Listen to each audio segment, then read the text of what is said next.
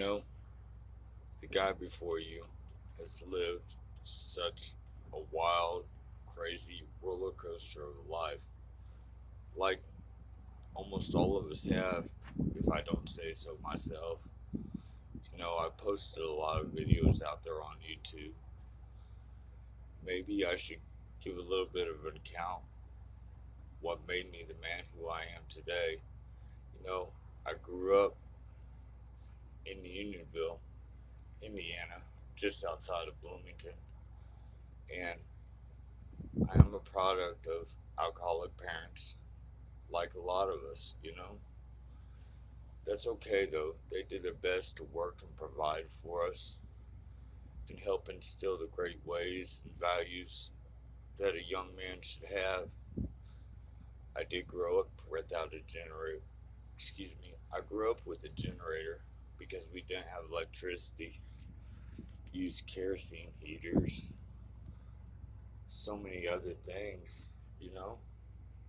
We went through about 15 to 20 rick of firewood a winter. It was great having a nice woods as a playground, just like this wonderful world. So much to do. Rode bikes, wrestled. It was awesome. Played soccer. Even pitched baseball for many years. Was one of the fastest in the league. My catcher was the fastest. Excuse me. We were actually tied for second. There was one other guy that pitched a little faster than us, excuse me, but whatever. You know, we didn't even have running hot water. We boiled it on the stove and kept it in a cooler all day long to do dishes and take showers with. My dad's such an amazing man. He fabricated a 5 gallon bucket with a shower head built onto it with some PVC. Like I said, he's such a great man. He turned a single wide trailer into a double wide that was 2 stories tall, built some apartment buildings, really awesome. Even made some stairs that led all the way down our hill. It's about 30 or 40 with a few decks. The stairs are still there almost 30 years later. The home's not. It was sold about 20 years ago, but that's okay. There's been so many things the guy before you has done throughout life: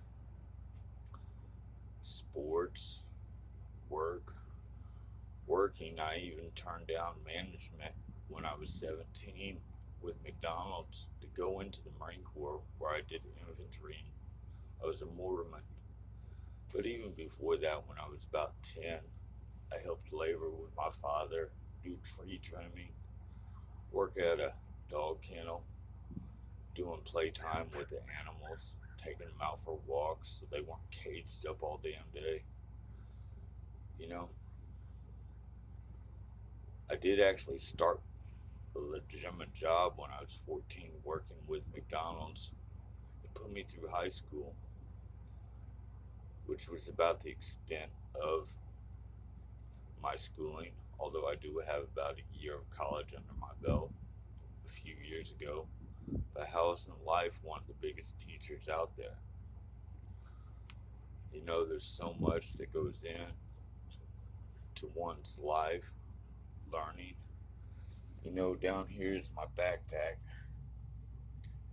It's full of religious materials, religious writings.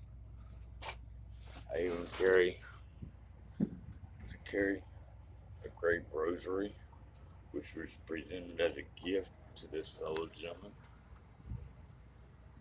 just a few days ago. Had a ribbon that was presented by another gentleman. Could represent a high priest, but I really don't know. I'm not an innocent man though. I ran for 19 cops last year. Made the front page of the paper in Bloomington, Indiana. I spent about 5 months in jail. What else can this guy tell you? He currently does security at a labor site at a pharmaceutical company. Sign in a lot of people each day. Who really knows about how many? Been on the project now for about 6 months, but beforehand, the guy before you worked right across the railroad tracks for an insurance company where many awards were won. Started there 2 weeks after I got out of doing that 5 months. It was really awesome. Even before that, about 2.5 years ago, this guy had a horrible auto accident. He had a 2-3 blood alcohol level. Dropped off 2 homeless guys in Indianapolis. Done so much traveling in my life with the work that I've done, helping remodel Dollar General stores, being the leader of the SMART team. There's only a couple areas in the United States I haven't been to, but there's a huge world out there. What's your dream? You really can't live it. There's so much sacrifice and so much to do. Work can be hard. Life can be hard. We love the ones we're with. And the wonderful woman who's in my life right now has been there since that horrible day about 2.5 years ago where I was called dead 3 times with that 2-3 blood alcohol level. Walked out of the hospital though a week later with no broke bones. We're all here for a reason. Why do we choose to destroy so much? I know I'm guilty. Just ask me, I don't have anything to hide. Life is really amazing when you slow down, appreciate, do so many other things. We all have a great testimony. We all have had an incredible life and continue to thrive through so much turmoil. But life doesn't have to be that hard. It does, but it doesn't. Why can we not come together as one?